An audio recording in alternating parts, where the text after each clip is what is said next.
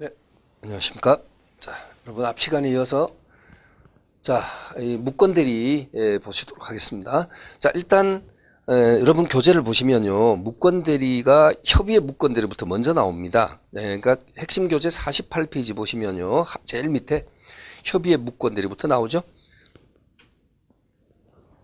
자, 협의의 무건대리부터 설명드리도록 하겠습니다. 자, 일단 갑, 을, 병 이렇게 제시를 하고요.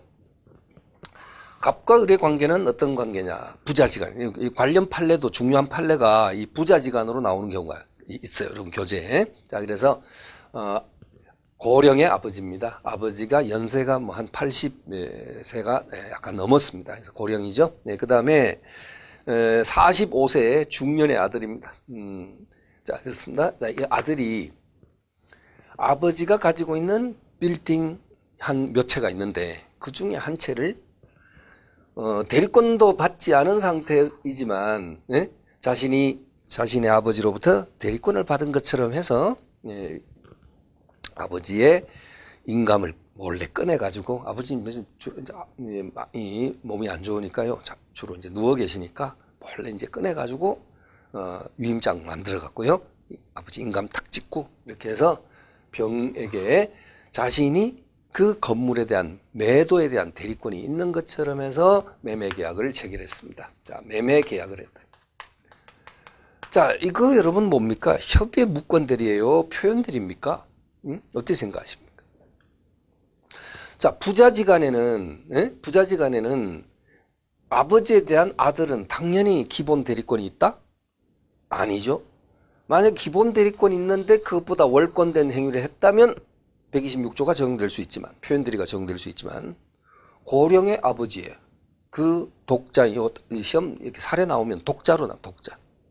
독자. 그러니까 단독 상속인이라는 것을 강조하는 거지. 만약 갑이 사망하게 되면. 그래서 이 독자인 아들이 고령의 아버지의 그 독자의 아들이 40대 중반의 아들이 당연히 대리인이다. 아닙니다. 전혀 대리권 관계가 없어요. 없습니다. 우리 부자지간에 대리권은 있다고 했잖냐. 그건요, 미성년 자녀에 대한 부모가 법정 대리인 자격으로서, 그것도 미성년 자녀에 대한 부모. 그렇죠? 친권자로서. 자녀가 성년이 되면 당연히 친권 소멸합니다. 그죠? 그래서 거기서는 당연히 대리권이 존재가 당연히 인정되지만 이런 경우에는 전혀 대리권 없습니다.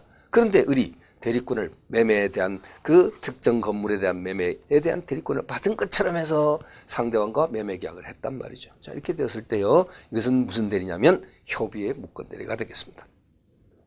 즉 본인에게는 책임질 사정이 없습니다. 그러면 이런 협의의 무건대리 됐을 때 상대방에게 인정되는 권리는 도대체 뭐냐? 자, 차례대로 이제 공부하자고요. 보면 상대방은 최고권이 인정이 됩니다. 최고권.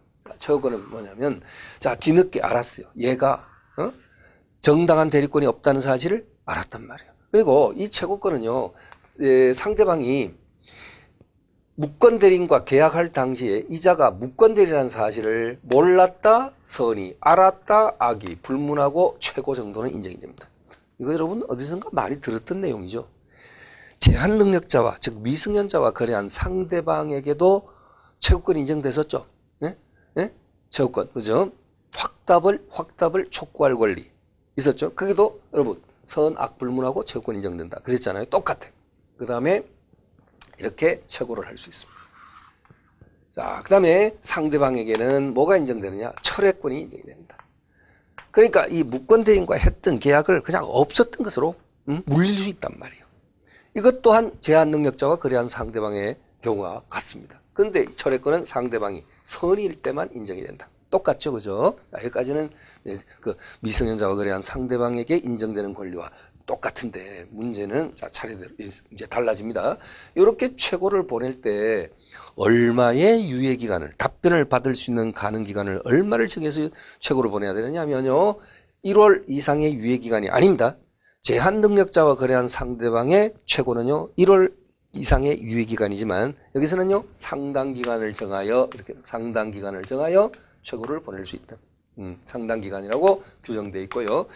이 본인이 답변을 확답을 할 수 있는 가능 기간, 상당 기간을 정해서 최고로 보내게 되고, 만약에 여기에 대해서 본인이 확답자, 무권 대리인과 거래한 상대방의 최고에 대한 본인의 확답이 이게 무슨 주의냐? 발신주의거든요. 그래서 확답을 발하지 아니하면, 자, 발신하지 아니하면 이때는 어떤 결과가 되느냐?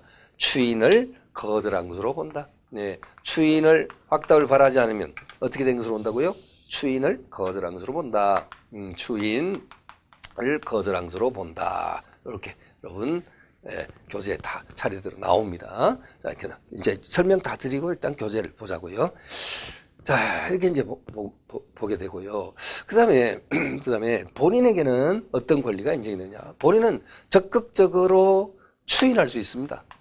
그러니까 상대방의 최고를 딱 받아보고 아버지가 생각을 잠시 합니다. 이 아들 녀석의 행위는 아주 괘씸하지만 내가 몸져 누워 있다고 나에게 일말의 어떤 의논도 없이 건물 한 채를 이렇게 팔아먹는 행위를 했단 말이냐? 아주 그냥 괘씸하지만 어쨌든 그래도 자식 아닙니까? 자식이기는 부모 없다고요. 이 아들의 같은 행위에 대해서 뒤늦게 이제 상대방이 최고를 받고 알게 된 본인은요, 상대방에 대해서 적극적으로 뭐 할 수 있냐? 추인을 할 수 있습니다. 만약에 상대방 최고에 대해서 아무 답변이 없으면 추인을 거절한 것으로 간주가 되지만 적극적으로 본인은 추인할 수도 있죠. 그럼 추인하면 어떻게 되느냐? 추인을 하면, 자, 무권 대리인은 중요합니다. 추인하면 추인을 하게 되면 처음부터 유권들이었던 것으로 본다. 소급표가 인정됩니다. 본인의 추인이어 있어요. 처음부터 유권들이었던 것으로 소급표가 인정돼. 그 다음에 본인에게는 또 뭐가 인정되느냐면 냉정합니다.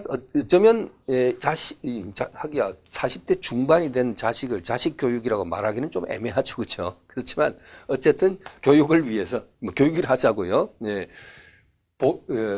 본때를 보여줄 수도 있겠죠. 본인이 냉정하게 거절. 나 이거 인정 못해. 이 내 자식이 한 행위는 내가 인정을 못해. 라고 상대방에게 거절할 수도 있겠죠. 그죠?